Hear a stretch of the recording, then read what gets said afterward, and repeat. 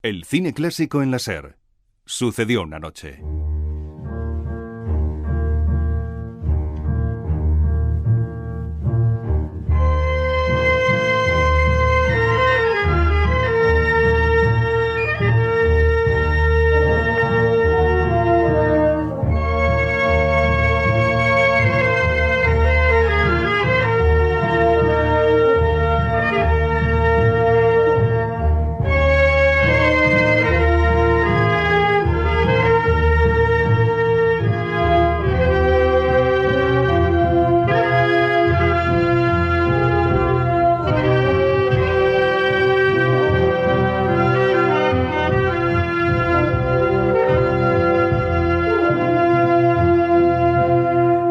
Muy buenas a todos. Hemos comenzado Sucedió una noche con música de cine japonesa, en concreto la que Fumio Ayasaka compuso para la película Los 7 samuráis de Akira Kurosawa.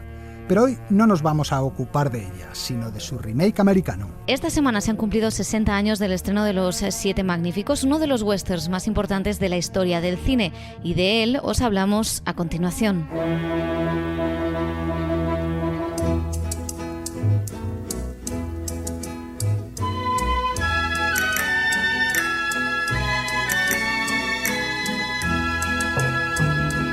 Resulta curioso que las dos películas más importantes que marcaron el fin del western clásico y el comienzo del moderno sean adaptaciones del cine de samuráis de Akira Kurosawa.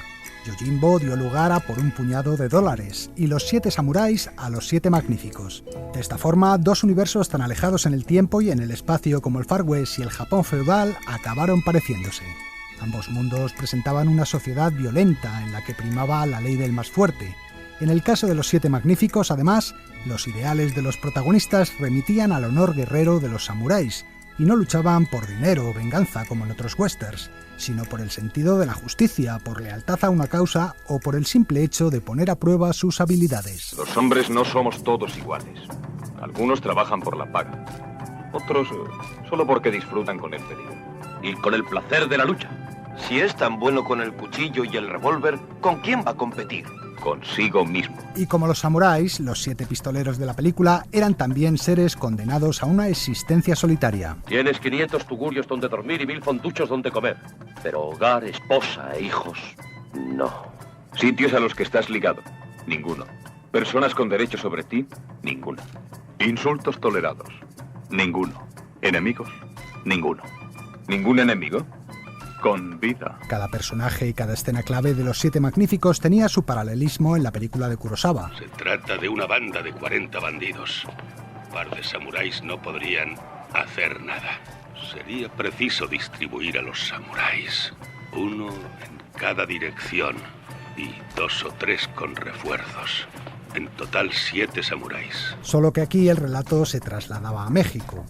Como casi todo el mundo sabe, Los 7 magníficos es la historia de un pueblo que es asaltado constantemente por un grupo de bandidos, y para combatirlos, los aldeanos contratan a 7 pistoleros que les defiendan. ¿Habéis oído? Estamos cercados. Los 40, por esos 3. ¿O son 4? En grupo salimos más baratos. 5. Voy a pasar el invierno en las montañas. ¿Dónde encontraré comida para mis hombres? ¿Por qué no la compra? 7. Bueno, aún no han resuelto ustedes mi problema. Resolver problemas no es asunto nuestro. Lo nuestro es el plomo.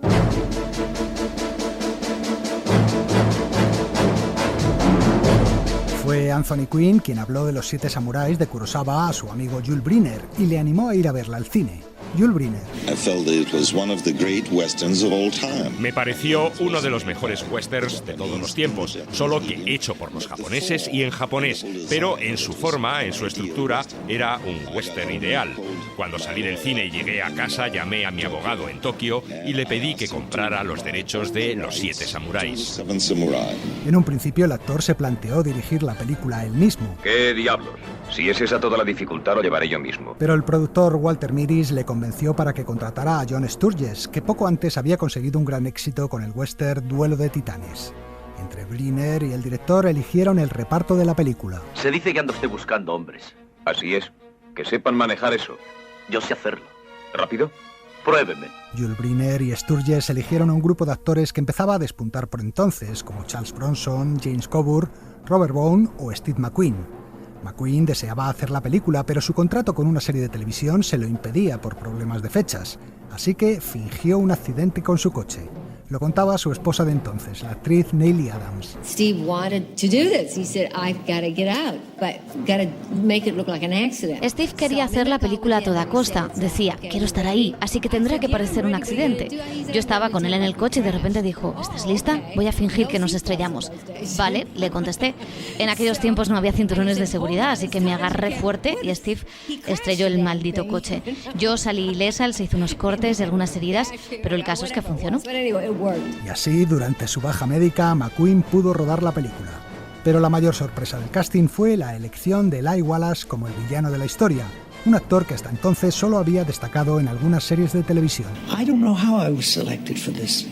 No sé cómo me eligieron para hacer esta película, no tuve que hacer ninguna prueba ni nada. Yo había visto Los 7 Samuráis y cuando me contrataron pregunté, ¿para qué papel? El jefe de los bandidos. Me dijeron, en la película de Kurosawa, este personaje lleva un parche en el ojo y apenas se le ve. Solo se ven los cascos de los caballos cuando llega o cuando se va.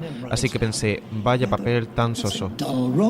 Eli Wallace se equivocaba porque a la postre su personaje acabaría siendo uno de los villanos más recordados del género del oeste. Si estuvieras en mi lugar sabrías lo que es bueno. La necesidad de buscar comida como un padre para llenar los estómagos vacíos de mis hombres y comprar armas y municiones. Los días de buena caza pasaron. Antes había caballos, ganado, oro, fruta en los árboles, pero todo se acabó. Ahora tengo puesto precio a mi cabeza y los rurales siempre pisándome los talones.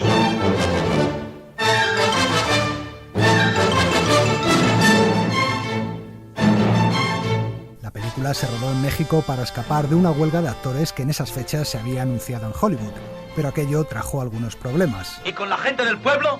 ¿Qué hacemos? Allá ustedes. Si Dios no los hubiese querido trasquilados, no los habría hecho borregos. El gobierno mexicano estaba muy descontento con cómo se mostraba la imagen de su país en otras películas recientes de Hollywood, como Veracruz, de Robert Aldrich. Así que impusieron cambios en el guión. Cambios como, por ejemplo, que los campesinos mexicanos tuvieran mucho más protagonismo en la defensa del pueblo. También lucharemos nosotros, todos los hombres. Cuando Calvera se aproxime, la campana de la iglesia dará la alarma. Lucharemos con armas si las tenemos. Y si no con lo que sea, con machetes, con hachas, con herramientas. El gobierno impuso también un censor que estuvo presente cada día en el rodaje, con el objetivo de evitar que se insultara la dignidad nacional mexicana. James Coburn. Una de las cosas curiosas que ocurrieron con el censor fue cuando estábamos rodando una escena en la que aparecían muchos mexicanos con su ropa blanca y Sturges decidió ensuciarlos un poco. Entonces el censor saltó diciendo, no, nada de suciedad, no pueden aparecer sucios. Y si te fijas en la película, ellos van siempre impecables. Nosotros sí aparecemos sucios a veces, pero los mexicanos, ninguno. Mientras tanto, Yul Brynner tenía sus propios problemas con Steve McQueen. El calvo, que para algo era también productor, se consideraba la estrella de la película y no soportaba que McQueen intentara robarle protagonismo todo el rato. Lo contaba otro de los actores, Brad Dexter. Steve era un actor muy listo y conocía un montón de trucos para robar escenas. Cuando no tenía diálogos, hacía cosas con las manos, con el sombrero, con todo. Así conseguía atraer las miradas y deslucir al otro actor en la escena, haciendo toda clase de histrionismos sin venir a cuento, pero que servían para meterse en el bolsillo a la cámara y al público.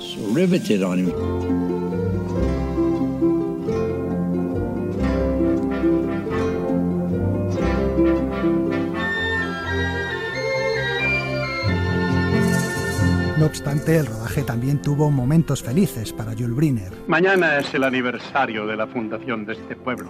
Habrá una bonita fiesta. Podrán verles bajo un mejor aspecto. El actor decidió casarse allí mismo con su novia, la modelo chilena Doris Kleiner. La fiesta de mi boda fue la misma fiesta que hay en la película para recibir a los 7 magníficos. Se usó el mismo vestuario y los mismos adornos que en la película. Finalmente, la película se estrenó el 23 de octubre de 1960. Es el mejor disparo que jamás vi. El peor. Yo apuntaba al caballo. Así es, en su momento Los 7 Magníficos cerró el tiro y no funcionó en Estados Unidos. De hecho, estuvo muy poco tiempo en los cines. No fue hasta que consiguió un éxito arrollador en Europa cuando volvió a reestrenarse en América. Y entonces fue saludado como un gran western. Por nuestros amigos. Nos han dado armas. Han luchado con nosotros y vivirán siempre en nuestros corazones. Y vaya si vivieron, porque se rodaron nada menos que 3 secuelas en los años siguientes. En la década de los 90 se estrenó una serie de televisión basada en la película original, y en 2016 Antoine Fuqua rodó un remake con actores como Denzel Washington, Ethan Hawke o Chris Pratt. Pero no queremos olvidarnos de un elemento fundamental de Los Siete Magníficos. Buena parte del éxito de la película tuvo que ver con la popularidad de su música.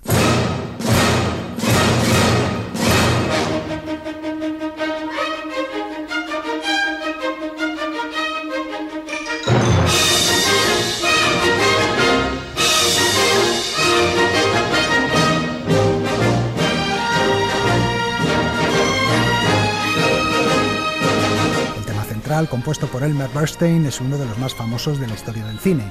Una música que sugiere aventura, grandes espacios, heroísmo y valor. Elmer Bernstein. La base rítmica era lo importante y recuerdo que me emocioné mucho cuando la escribí. Pensé, es muy excitante. La melodía en sí era menos interesante que la base rítmica y creo que eso es lo que la gente recuerda. Hay un hecho bastante curioso en torno a la banda sonora de Los Siete Magníficos.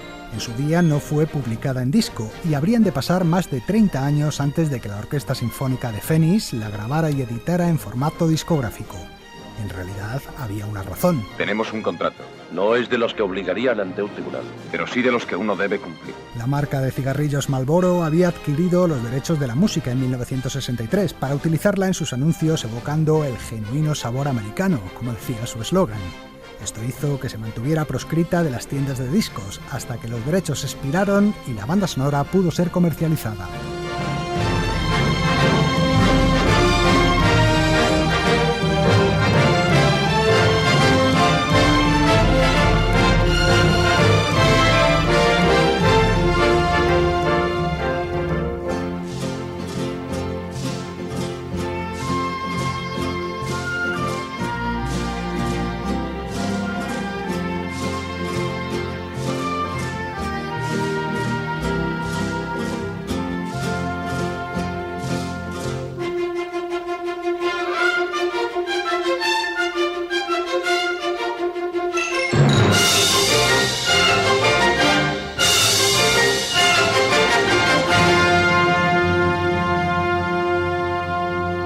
Cine clásico en la SER.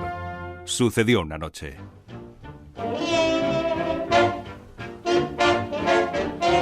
Just heard of the Shorty George, got word of the Shorty George. Seems that it's a kind of jig, named for someone about so big. He rambles around the town, preambles around the town, then steps on a crowded street and beats his feet till his feet is beat. Look away, Dixieland. Tap your foot, clap your hand. Watch him go, and he can, like a real natural man. Canta Fred Astaire, Shorty George, una de las canciones que interpretaba en la película Bailando nace el amor. Y dirigiendo la orquesta en esta escena y con un pequeño papel secundario también en la película, el hombre del que os vamos a hablar a continuación. El próximo martes, día 27 de octubre, se cumplen 30 años de la muerte de Xavier Cugat, uno de los españoles más famosos del siglo XX, no solo por su faceta musical, sino también cinematográfica. En los próximos minutos os lo contamos todo. Coogie, vamos allá.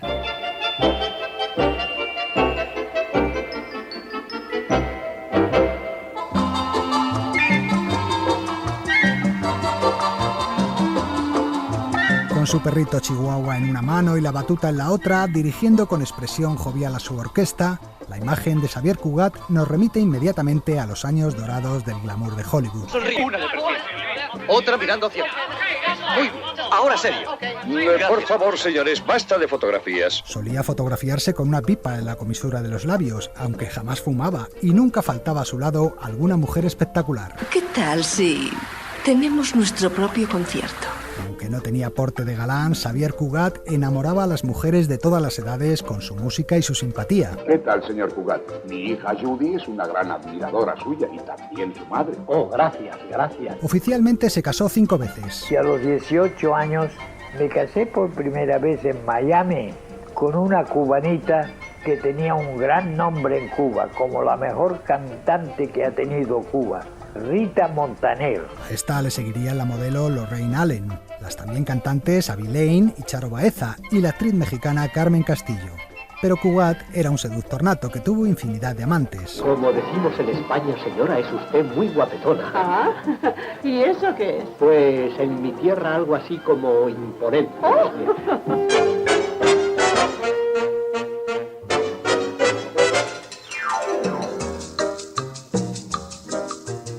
Había nacido en Gerona en una fecha muy señalada. Porque fue el 1 de enero de 1900, cuando el mundo entero celebraba la nueva centuria. A la cigüeña se le ocurrió traerme y dejarme en Gerona, la inmortal Gerona. Debido a las actividades políticas de su padre, la familia tuvo que emigrar a Cuba y dio la casualidad de que en La Habana se instalaran enfrente del taller de un luthier español, el único fabricante de violines que había en la isla. Y durante los Reyes del año 1906, cuando yo tenía 6 años, me regaló un violincito y fue ese pequeño violín lo que me hizo músico. Lo cierto es que el niño se tomó la música muy en serio. Y me pasé todo el tiempo tocando, que a los 12 años ya yo era el primer violín de la Sinfónica en La Habana. Y también el primer violín de la ópera, cuando venían grandes artistas de ópera a Cuba. Uno de estos artistas era el gran Caruso, al que le causó una enorme impresión aquel niño prodigio. Y fue él quien me dijo, ven a Nueva York, yo te voy a ayudar. Y cuando tenía yo 12 años, con mi violín, sin un centavo en el bolsillo y sin hablar una sola palabra de inglés, decidí ir a Nueva York. Pero cuando llegó a Nueva York, Caruso estaba de gira por Europa. Nadie se ofreció a ayudarle y el niño tuvo que mendigar y dormir en las calles. Hasta que un día conoció a un compatriota español que tocaba el piano y con él formó un dúo musical. A partir de ese momento su suerte cambió. Con un buen arreglista y alguien que conozca el cotarro, quemaremos Nueva York. Cugat hizo carrera como concertista de música clásica, pero un día tomó una decisión radical. Decidí abandonar la música clásica, destruí mi violín y todo, y me fui a Hollywood.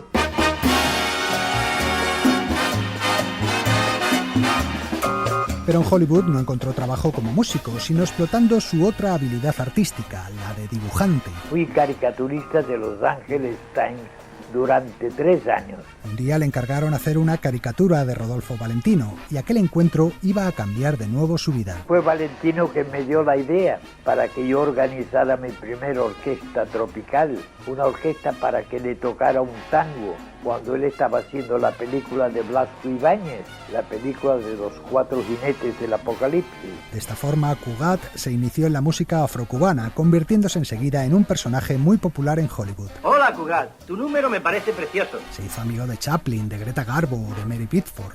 El catalán supo adaptar al gusto norteamericano los ritmos latinos y grabó canciones de todo tipo de géneros. Es una rumba, es el baile del amor.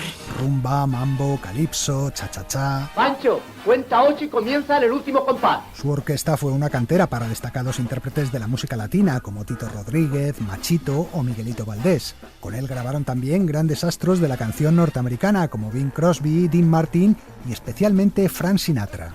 Cugat fue su primer productor musical y a lo largo de su vida mantuvieron una estrecha relación. Cubi, estupendo. Trabajaremos juntos de nuevo. Lo he decidido. Contigo será más que estupendo. My shawl, pretty lady, try it on you. Buy my shawl, spun in magic, wishes come true. Las fiestas tropicales en el Waldorf Astoria de Nueva York eran cosa suya, aunque a menudo reclamaban su presencia en otros muchos clubs del país. ¿Quién es usted? Javier Cugat es mi nombre. No le he hecho venir de Nueva York por algún motivo. Mi orquesta está llenando su club desde hace 2 semanas. Ese es el motivo. Durante 3 años trabajó en un club de Chicago propiedad de Al Capone. El gángster acudía casi cada noche a escuchar a la orquesta de Cugat. Y claro, Al Capone era muy napolitano y siempre quería que mi orquesta tocara música napolitana. era un gran amante de la música. En un club también conoció a una joven española llamada Margarita Cansino, que bailaba junto a su padre en la compañía Los Dancing Cansinos. Bailo y canto así desde que tenía 6 años. Fue Cugat precisamente quien le cambió el nombre, porque lo de Margarita Cansino resultaba poco comercial en Estados Unidos. Si no es más que eso, le daremos un nombre artístico. Y a partir de entonces se la conoció como Rita Hayworth. También fue Cugat el que aconsejó a Carmen Miranda que usara aquellos atuendos de frutas en la cabeza que luego fueron tan característicos en ella. ¿Entonces le gusta el vestido? Sí, no está mal, aunque es un poco escaso. Tiene razón. Necesita unos adornos, unas flores, unas frutas, lentejuelas, cosas así. En esta escena los tenemos a los dos, Carmen Miranda y Xavier Cugat, en la película Así son ellas. Otra vez tarde, ¿eh? Que eres tan buena como para despreciar los ensayos, ¿no? Cookie está enfurruñado, pero un tanto así. Ahora que no se vaya, no le durará ni un segundo, ya lo verá. Vamos, tesoro, no irás a enfadarte por eso con tu pequeña, Bien, ¿verdad? te perdono, pero que sea la última vez. Y procura no olvidar una sola palabra de la letra.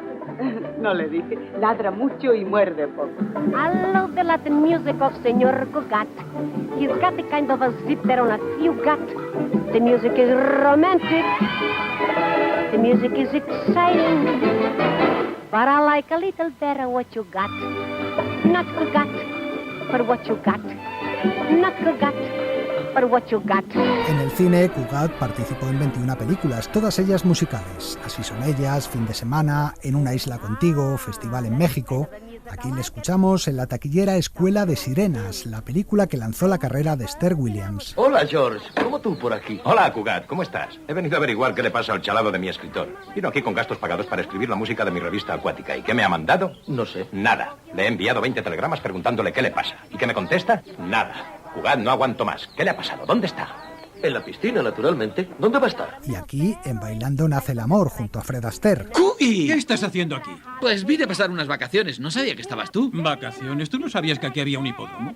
Bueno, sí. ¿Y te has quedado sin 5? Sí. Tendré que poner mis pies a trabajar un poquito. En sus películas, Cugat hacía de sí mismo casi siempre. ¿Diga? Sí, he pedido una conferencia con Xavier Cugat.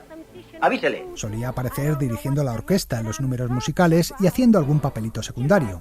También, a la que podía, mostraba ante las cámaras su habilidad como caricaturista. ¿Ves la nariz? Es la de un obstinado, un terco. Las orejas nos muestran su estulticia. La frente tumbada hacia atrás señala una falta total de intelecto. Muy halagador, Cugat. Creo que arriba en el club le esperan. Xavier Cugat fue también un hacha para los negocios. Aprovechando su imagen, creó una marca de pipas de fumar y una empresa de cría de chihuahuas. Tuvo restaurantes, participaciones en casinos y una fábrica de chocolate y otra de crecepelo. Siempre con negocios.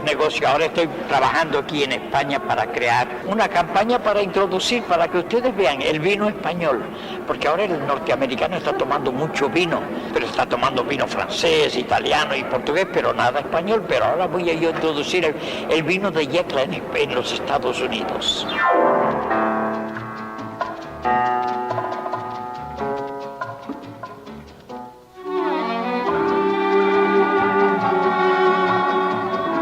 Llegada a una cierta edad, decidió regresar a España y se instaló a vivir en el Hotel Ritz de Barcelona. Lo perfuman todo, es un hotel fantástico. Allí pasaba el tiempo cuando no estaba ingresado en el hospital debido a sus constantes problemas cardíacos. Tuve un pequeño percance, un percance, es el tercer percance que tengo ya. Un aviso del corazón, pero no sé, solamente tengo 80 años, soy demasiado joven para irme ya, porque por fuera yo tengo 80, pero por dentro me dejaron 18 nada más, soy bien joven todavía. Siempre joven de espíritu, finalmente le llegó su hora. Adiós, adiós. Xavier Cugat falleció el 27 de octubre de 1990, a los 90 años de edad, y fue enterrado en Gerona, la ciudad en la que había nacido. La música también puede darnos felicidad. Yo puedo decirlo porque a mí me la ha dado. Fue feliz él y con ella hizo feliz también a mucha gente. Un sueño azul fue aquello, loca visión de pasión, tenue sentir de tus besos, vago y sutil vivir. Si en sueño fue tu aparición,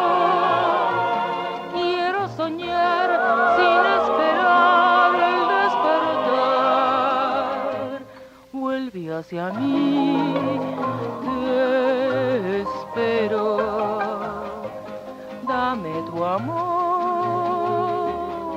mi sueño azul.